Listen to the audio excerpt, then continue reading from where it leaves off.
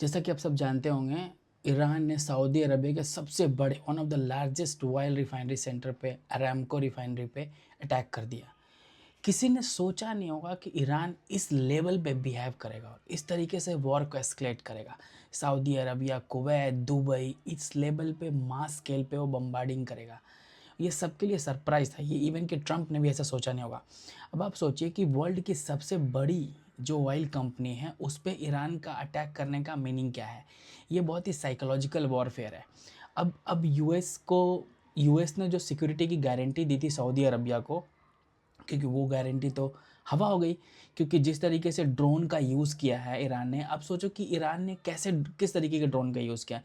भाई ईरान ने प्लास्टिक या फिर जो प्लास्टिक के मटेरियल से बने हुए ड्रोन का इस्तेमाल किया है और ऑलमोस्ट लाइक 50 टू 100 फीट के लो एल्टीट्यूड पे फ्लाई करके गया है वो। ठीक है, मतलब कि वो कोई रडार उसको कैच ही नहीं कर सकती। रडार तो लगी हुई थी रिफाइनरी के पास, बस वो उसको कैच ही नहीं कर सकती, बिकॉज इस तरीके से स्ट्रैटेजिकली उसने लो फ्लाई करके अटैक किया है।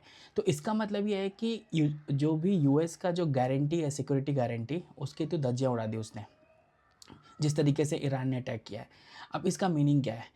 क्योंकि यूएस ने सऊदी अरबिया और बाकी जो भी कंट्रीज़ है, गल्फ़ कंट्रीज़, उन पे ये कंडीशन रखता है कि आप जो पेट्रोल है वो डील करोगे डॉलर में। पेट्रोल डॉलर में डील करोगे, जितने जिसको भी क्रूड बेचोगे वो डॉलर में डील करोगे, ठीक है? ताकि उनकी डॉलर करेंसी स्टेबल रहेगी और स्ट्रॉन्ग रहेगी, जिसकी वजह से उन सब के बीच में एक अनरिटन रूल है, सऊदी अरबिया और मोस्टली जो भी कंट्री है। अब उसने जो अटैक किया है तो यहाँ पे तो उनको सिक्योरिटी, उनको तो अभी भी ये लगेगा कि भाई कोई भी आके कभी भी अटैक कर सकता है। तो ये सोचो कि ये किस तरीके का गेम चल रहा है। अब सऊदी अरबिया को ऐसा लग रहा है या फिर लग रहा होगा कि मुझे यूएस ने कैपेबल ही नहीं है कि मेरे को सिक्योरिटी प्रोवाइड कर सके, बिकॉज वो लोग उन पर डिपेंडेंट थे कि ये मुझे बचाएंगे। वो बचा नहीं पाए तो सऊदी अरबिया क्या करेगा? सऊदी अरबिया ऑल्टरनेट ऑप्शन ढूंढेगा कि ऐसी कौन सी वर्ल्ड पावर है जो मुझे बताएगी। अब आप सोचो यूएस के अलावा कौन से वर्ल्ड पावर है जो बचा सकते हैं सऊदी अरबिया को, या फिर जो सोच भी सकते हैं इस बारे में, वो है चाइना और रसिया।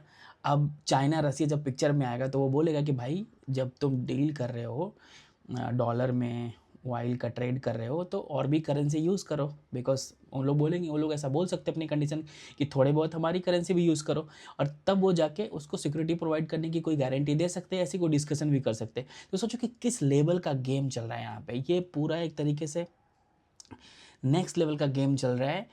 यहाँ से रसिया को भी फ़ायदा होने वाला है, बिकॉज जैसा कि सुना हुआ आप लोगों ने कि रसियन ऑयल कंपनीज़ की जो स्टॉक है वो पूरा हाई जा रही है, क्योंकि अब सबको पता है कि क्रूड ऑयल का जो मार्केट है वो किस तरीके से हिलेगा, और इसमें रसिया को जाकर बेनिफिट होने वाला है।